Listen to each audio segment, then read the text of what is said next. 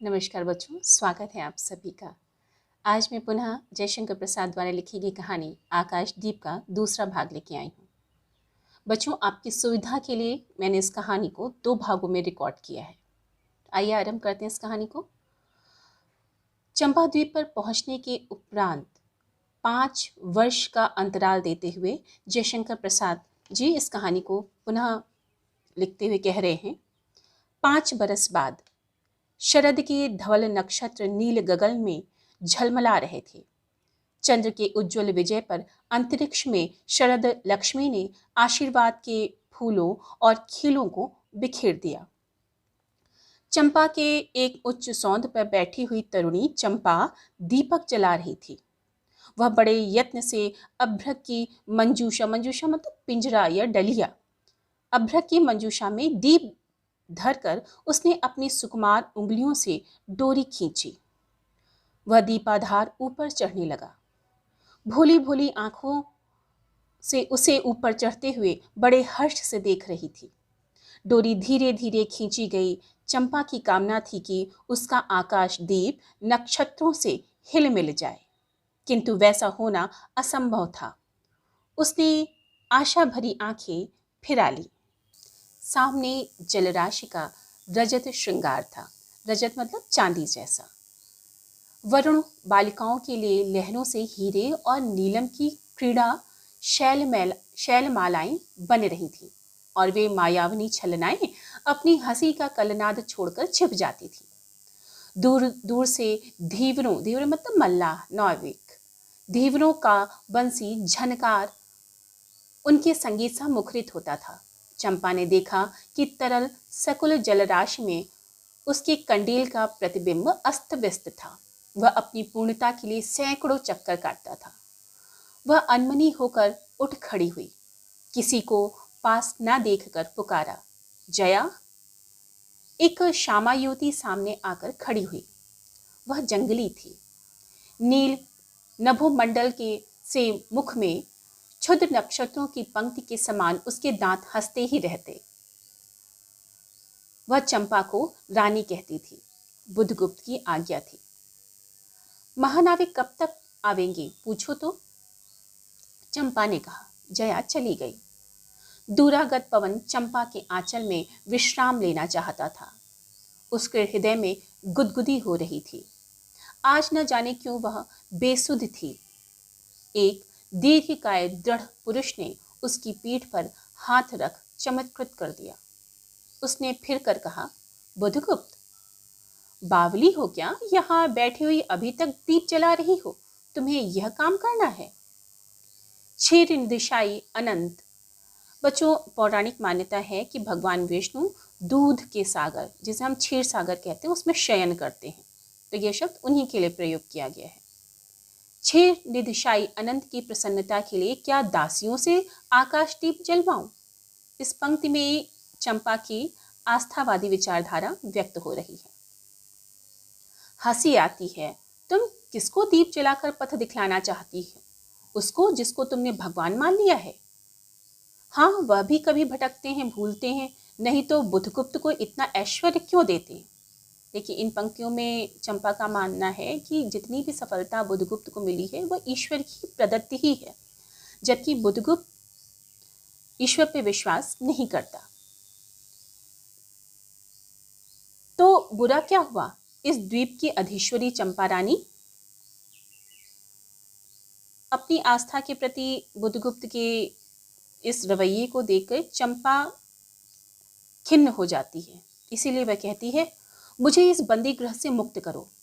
अब तो बाली, जावा और सुमात्रा का वाणिज्य केवल तुम्हारे ही अधिकार में है महानाविक। परंतु मुझे उन दिनों की स्मृति सुहावनी लगती है जब तुम्हारे पास एक ही नाव थी और चंपा के उपकूल में, उपकूल मतलब चंपा का किनारा, चंपा के उपकूल में पर्ण मतलब वस्तुएं, पर्ण लाद कर हम लोग सुखी जीवन बिताते थे। इस जल में अगणित बार हम लोगों की तरी आलोक में प्रभात में तारिकाओं की मधुर ज्योति में थिरकती थी।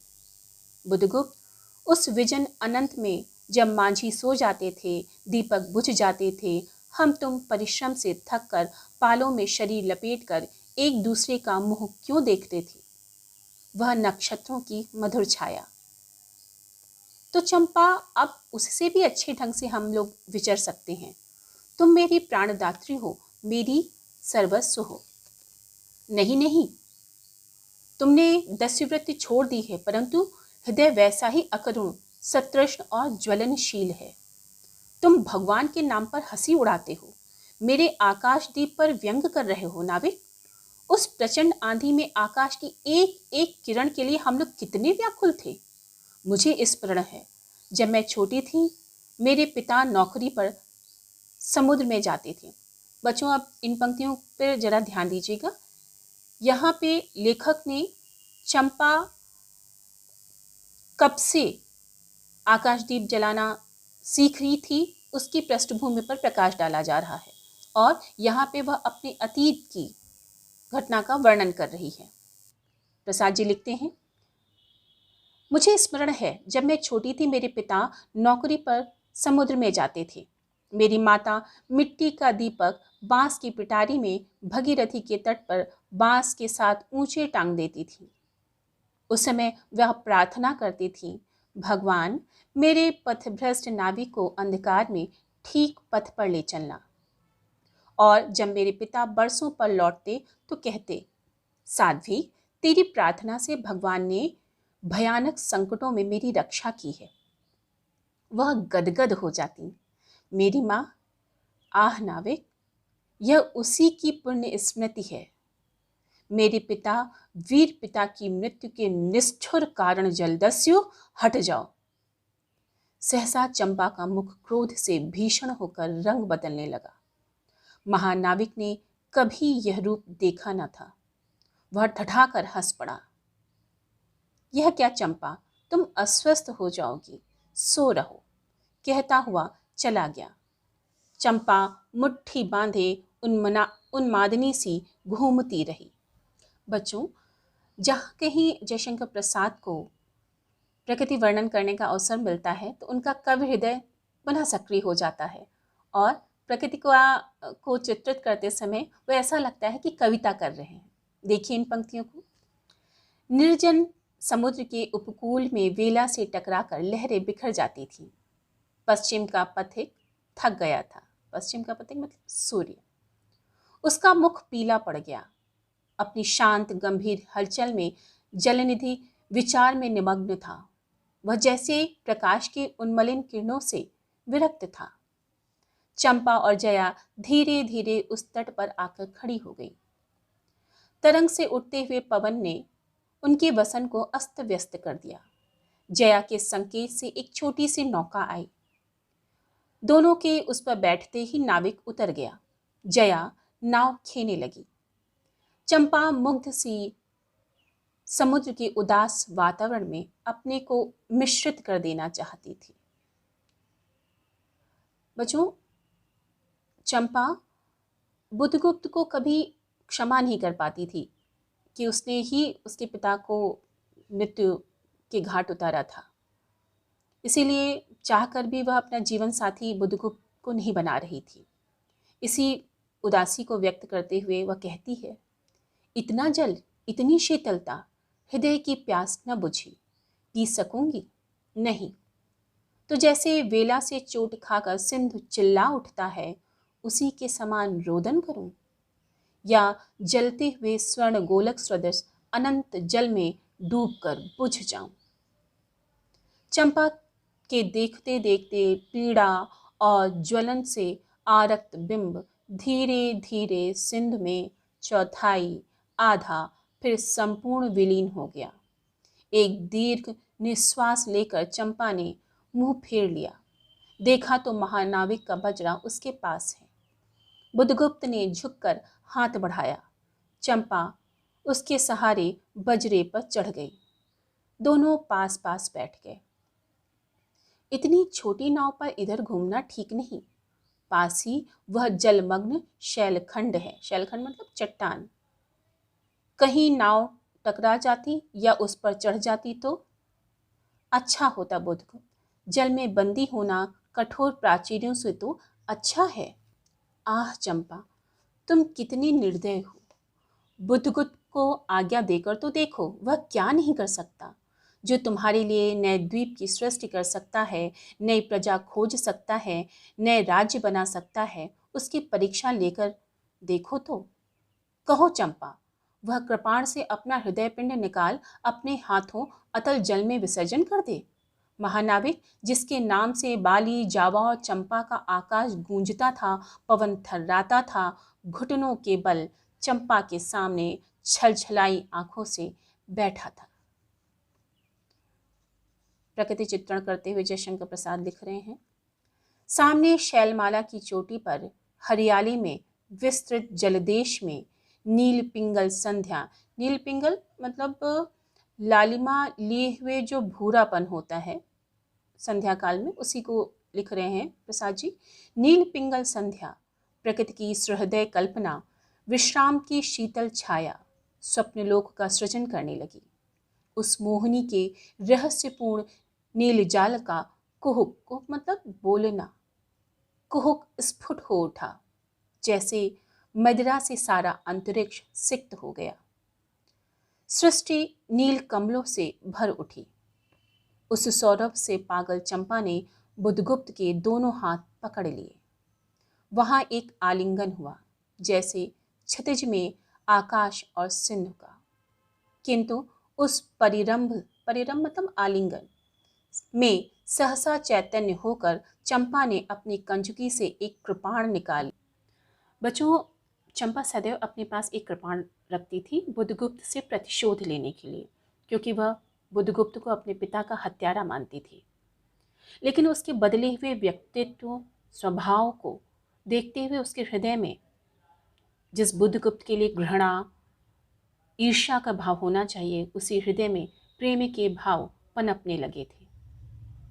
ऐसी स्थिति में वह अपना कृपाण निकालती है और बुद्धगुप्त, आज मैं अपने प्रतिशोध का कृपाण अतल जल में डुबो देती हूँ।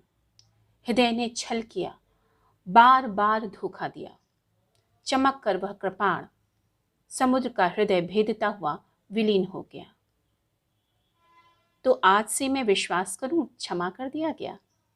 आश्चर्य कंपित हृदय से महानाविक ने पूछा। विश्वास? कदापि नहीं बुद्धगुप्त। जब मैं अपने हृदय पे विश्वास नहीं कर सकी, उसी ने धोखा दिया, तब मैं कैसे कहूं? मैं तुम्हें घृणा करती हूं, फिर भी तुम्हारे लिए मर सकती हूं। अंधेर है जलदस्यु, तुम्हें प्यार करती हूं। चंपा रो पड़ी। वह स्वप्नों की रंगीन संध्या तम से अपनी आंखें बंद करने लगी थी। दीर्घ निश्वास लेकर महानाविक ने कहा, इस जीवन की पुण्यतम घड़ी की स्मृति में मैं एक प्रकाश गृह बनवाऊंगा चंपा, यहीं उस पहाड़ी पर। संभव है कि मेरे जीवन की धुंधली संध्या उससे आलोकपूर्ण हो जाए। के दूसरे भाग में एक मनोरम शैलमाला थी। बहुत दूर तक सिंधु जल में निमग्न थी। सागर का चंचल जल उस पर उछलता हुआ उसे छिपाए था। आज उसी शैलमाला पर चंपा के आदि निवासियों का समारोह था। उन सबों ने चंपा को वनदेवी सा सजाया था। ताम्रलिप्त के बहुत से सैनिक और नाविकों की श्रेणी में वन कुसुम विभूषिता चंपा शिव का रूढ़ मतलब पालिकी में बैठकर शिव का रूढ़ होकर जा रही थी। शैल के एक ऊंचे शिखर पर चंपा के नाविकों को सावधान करने के लिए सुदृढ़ दीप स्तंभ बनवाया गया था। आज उसी का महोत्सव है। बुद्धगुप्त स्तंभ के द्वार पर खड़ा था। शिविका से सहायता देकर चंपा को उसने उतारा। दोनों ने भीतर पदार्पण किया था कि बांसुरी और ढोल बजने लगे। पंक्तियों में कुसुम भूषण मतलब फूलों के आभूषण, कुसुम भूषण से सजी वन बालाएं फूल उछालते हुए नाचने लगी। दीप स्तंभ की ऊपरी खिड़की से यह देखते हुए चंपा ने जया से पूछा, यह क्या है जया, इतनी बालिकाएं कहां से बटोर लाई? आज रानी का ब्याह है ना? कहकर जया ने हंस दिया। बुद्धगुप्त विस्तृत जलनीति की ओर देख रहा था। उसे झकझोर कर चंपा ने पूछा, क्या यह सच है? यदि तुम्हारी इच्छा हो तो यह सच भी हो सकता है चंपा। कितने वर्षों से मैं ज्वालामुखी को अपनी छाती से दबाई हुई हूँ। चुप रहो महानाविक, क्या मुझे निस्सहाय और कंगाल जानकर तुमने आज ही सब प्रतिशोध लेना चाहा? मैं तुम्हारे पिता का घातक नहीं हूं चंपा, वह एक दूसरे जलदस्यु के शस्त्र से मरे। यदि मैं इसका विश्वास कर सकती बुद्धगुप्त, वह दिन कितना सुंदर होता, वह क्षण कितना स्पृशनीय है। स्पृहणीय का मतलब होता है बच्चों जिसकी कामना की जाए या वांछनीय। आह, तुम इस निष्ठुरता में भी कितनी महान होते। जया नीचे चली गई। स्तंभ के संकीर्ण प्रकोष्ठ में बुद्धगुप्त और चंपा एकांत में एक दूसरे के सामने बैठे थे। बुद्धगुप्त ने चंपा के पैर पकड़ लिए। उच्छ्वसित मतलब प्रसन्नता से युक्त शब्दों में वह कहने लगा, चंपा, हम लोग जन्मभूमि भारतवर्ष से कितनी दूर इन निरीह प्राणियों में इंद्र और सची के समान पूजित हैं, पर न जाने कौन अभिशाप हम लोगों को अभी तक अलग किए है। स्मरण होता है वह दार्शनिकों का देश, वह महिमा की प्रतिमा। मुझे वह नित्य स्मृति आकर्षित करती है, परंतु मैं क्यों नहीं जाता जानती हो? इतना महत्व प्राप्त करने पर भी मैं कंगाल हूँ। मेरा पत्थर सा हृदय एक दिन सहसा तुम्हारे स्पर्श से चंद्रकांत मणि की तरह द्रवित हुआ। चंपा, मैं ईश्वर को नहीं मानता, मैं पाप को नहीं मानता, मैं दया को नहीं समझ सकता, मैं उस लोक में विश्वास नहीं करता, पर मुझे अपने हृदय के एक दुर्बल अंश पर श्रद्धा हो चली है। तुम न जाने कैसे एक बहकी हुई तारिका के समान मेरे शून्य में उदित हो गई हो। आलोक की एक कोमल रेखा इस निविड़तम मतलब अंधकार में मुस्कुराने लगी। पशुबल और धन के उपासक के मन में किसी शांत और एकांत की कामना की हंसी खिलखिलाने लगी, पर मैं ना हंस पाया। चलोगी चंपा? पोतवाहिनी पर असंख्य धनराशि लाद कर राजधानी से जन्मभूमि के अंक में आज हमारा परिणय हो, कल ही हम लोग भारत के लिए प्रस्थान करें। महानाविक बुद्धगुप्त की आज्ञा सिंधु की लहरें मानती हैं।